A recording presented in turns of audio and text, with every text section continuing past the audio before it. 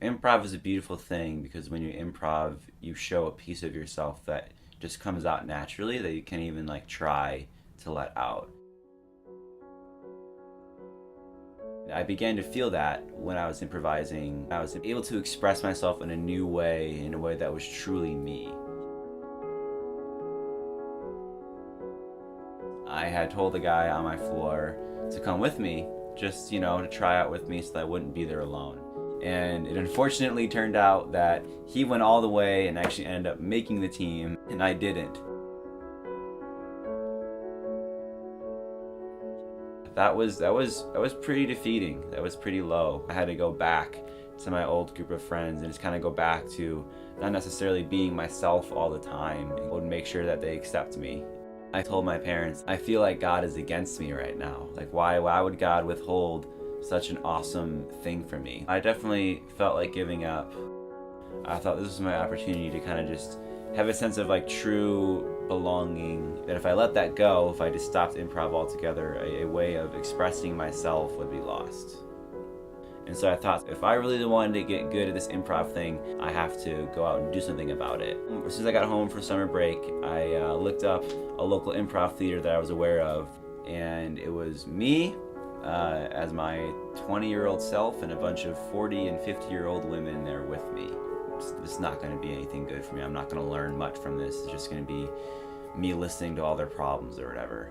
I began to actually embrace it and be happy because it humbled me to understand that, if I'm going to get good at this, I kind of have to go back to the basics and I have to learn the same things with everyone else, and we're all on an equal playing field.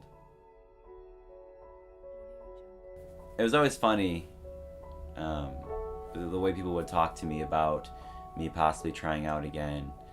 It was always, don't put your eggs in one basket, don't try so hard, don't get your hopes up, you don't know if this is going to work out or not. I think it was a lot of frustration because they couldn't understand necessarily how badly I wanted it.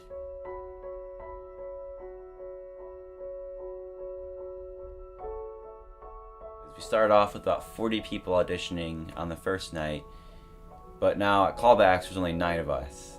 And better yet, I was one of 2 guys total at callbacks. So it was kind of a writing on the wall for both of us that only one of us was going to make it on the team.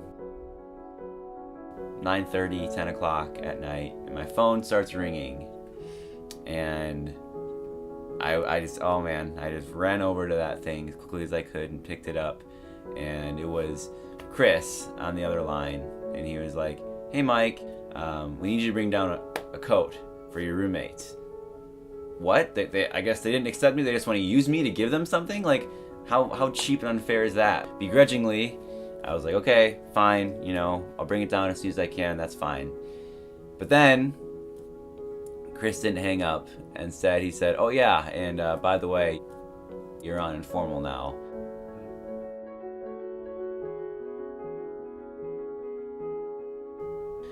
And in that moment, it was a combination of just shock and excitement. The rest of the team was on the phone, screaming and cheering and telling me to come on down to the arch to meet them so we can go celebrate.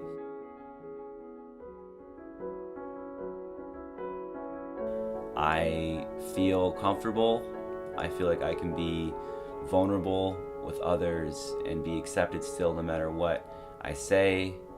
I feel that I don't need to be worried about whether or not people are going to accept me anymore, and to know that I can be loved by and I can love other people who are just so different than me, who have different upbringings, different personalities, but yet we can still come together as a team, be united in our love for one another, and still experience true friendship and beautiful friendship, and just a way that we can all express ourselves on stage and also off stage with each other, and just know that these are my people, these are my friends, and there's nothing that I can or can't do to lose them.